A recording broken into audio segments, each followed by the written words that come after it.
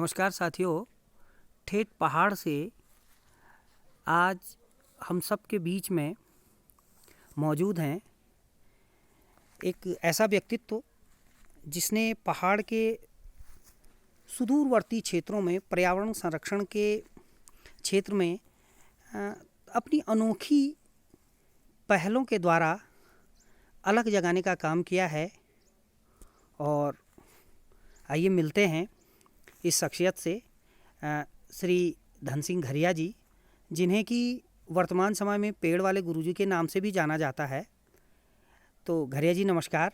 नमस्कार विजय सर, सबसे पहले हम सभी लोग ये जानना चाहेंगे कि थोड़ा सा आप अपने विषय में बताइए कि आप मूल रूप से कहाँ के रहने वाले हैं और वर्तमान में कहाँ पर जो है सेवारत हैं। इस विषय में थोड़ा सा हम सभी को बताएंगे।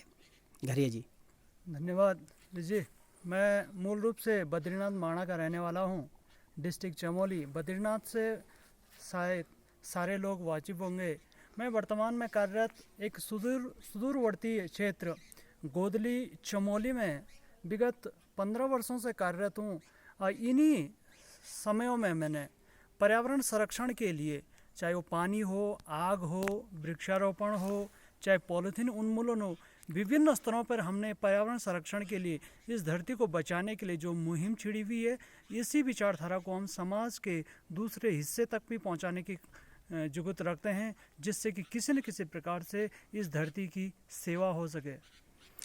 घरिया जी, जैसा कि वर्तमान समय में हर व्यक्ति चाहता है कि वो शहरों की ओर दौड़ लगाए और शहरों में ही अपना रैन बसेरा बसाए, और अपनी कर्मभूमि भी हर व्यक्ति लगभग ये चाहता है कि शहरों को ही बनाए। ऐसे समय में आपने अपनी जो सेवाएं हैं आपकी, वो ऐसे क्षेत्रों में जो कि अन्य लोगों की नज़रों में बहुत दूरस्थ माना जाता है, वहाँ देना उचित समझा।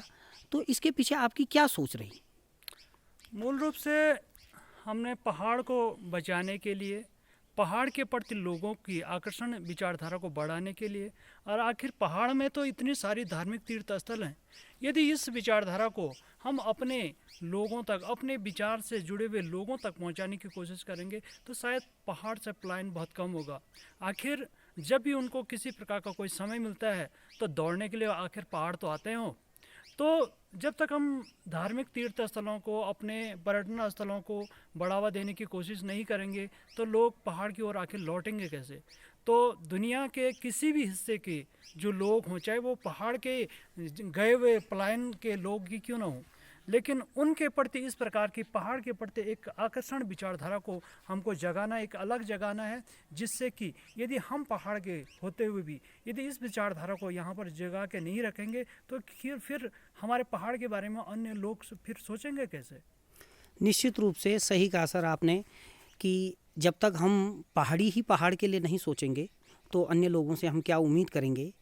तो घरिया जी, वर्तमान समय में आपके द्वारा पर्यावरण संरक्षण के क्षेत्र में जो क्रियाकलाप संचालित किए जा रहे हैं, और जैसा कि हमें जानकारी मिलती रहती है कि आपने रुद्राक्ष वन के लिए भी जो है इस समय जो है जनपद चमोली में प्रयास किया है, और तमाम जगह आपने इसके लिए नर्सरी तैयार करने और पौधारोपण का भी कार्य आपके द्वारा किया जा रहा है। तो सर, थोड़ा सा इसके बारे में बताइए कि ये कहाँ से आपके दिमाग में आया कि जो रुद्राक्ष है उस पर काम किया जाए, और ख़ास तौर पे सुदूरवर्ती क्षेत्रों में इसके बारे में थोड़ा सा जानकारी देंगे।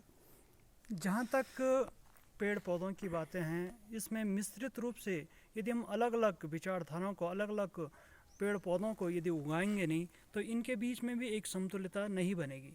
बात यदि हम रुद्राक्ष की करें, मूल रूप से वास्तविक रूप से हम ये मान के चलते हैं, हमें अपने इतिहास से भी प्राप्त हुआ है कि रुद्राक्ष मूल रूप से यहीं का एक पौधा था, लेकिन बीच में इस प्रकार की विसंगतियाँ होने की वजह से वो प्लाइंस, एक पहाड़ से वो रुद्राक्ष के जो पौधे थे, ये बीज थे, ये पूर्ण रूप से निवृत्त हो चुके थे, जिसके विचारधारा को जोड़ने के लिए फिर से हमने इस पहाड़ के रूपरेखा में, इसी प्राकृतिक अवस्था में उसको फिर से स्थान देने की कोशिश की, जिससे कि लोगों की आर्थिकी बढ़े।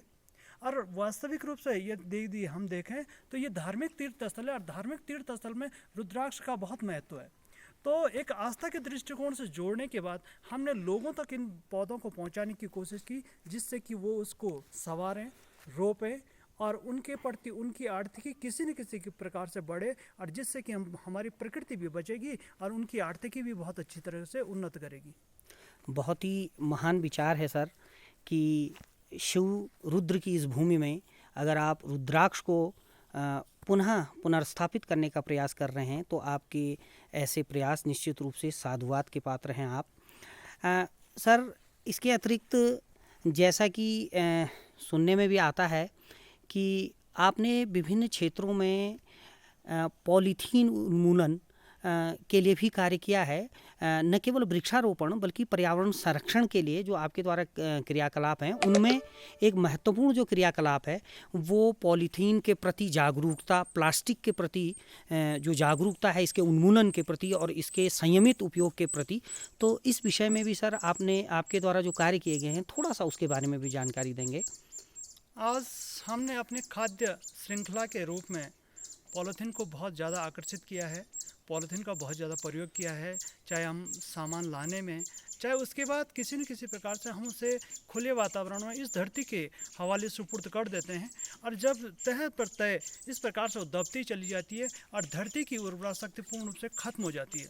तो मेरा इस प्रकार का एक विचारधारा है, जब तक हम इसे एक प्रदूषित इन नासुर के रूप में इसे धरती से हटाएंगे नहीं, किसी प्रकार से इसका निस्तारण नहीं करेंगे, तब तक हम इस धरती की परिकल्पना किसी भी रूप से नहीं कर सकते हैं। चाहे उसके बाद आप पानी को स्वच्छ करें, धरती पे पेड़ पौधे लगाएं, चाहे अपने आसपास के वातावरण को शुद्ध करें।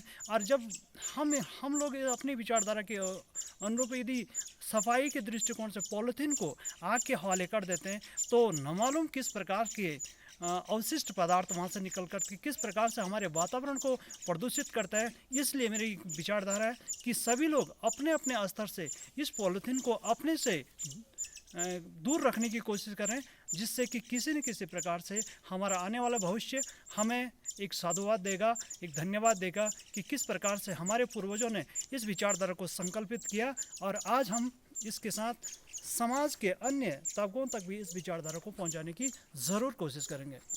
बहुत खूब सर, आपके विचारों को जानकर बहुत अच्छा लगा, और हम कोशिश करेंगे अगली बार जब आपसे भेंट हो तो आपसे एक विस्तृत चर्चा करें आपके तमाम क्रियाकलापों के बारे में। और इस वार्ता के अंत में मैं आपसे ये अपेक्षा करूँगा कि आप इस वीडियो के माध्यम से जो हमारा पहाड़ है, हमारे पहाड़ के लोग हैं, और केवल पहाड़ ही क्यों, पूरे देश के लोगों से आप पर्यावरण के प्रति, पर्यावरण संरक्षण के प्रति क्या अपील करना चाहेंगे? जहाँ तक बात पर्यावरण की हो, प्रकृति की हो, हर किसी के मन में प्रकृति के प्रति किसी न किसी प्रकार से विचारधारा आवश्यक रूप से छुपी होती है। कुछ लोग प्रत्यक्ष रूप से सामने आते हैं, कुछ लोग अप्रत्यक्ष रूप से इसके प्रति संकल्पित होते हैं। लेकिन जो लोग अप्रत्यक्ष रूप से सामने आते हैं धरती को बचाने के लिए, पर्यावरण को संरक्षण करने के लिए, और उन्हीं लोगों के लिए जागरूकता है कि हम पढ़ लिख तो गए, लेकिन उसके प्रति अपनी जो विचारधारा है उस विचारधारा को सामाजिक स्तर तक पहुंचाने की कोशिश करें, जिससे कि हम इस धरती के प्रति अपनी समर्पण भावना को रख सकें। बहुत बहुत धन्यवाद घरिया जी। और निश्चित रूप से आप जैसे सुधी और जागरूक लोगों के संकल्पों को देखते हुए हम ये उम्मीद कर सकते हैं कि पहाड़ सुरक्षित है और सुसंस्कृत हैं, सुरक्षित हैं और पुष्पित पल्लवित होते रहेंगे।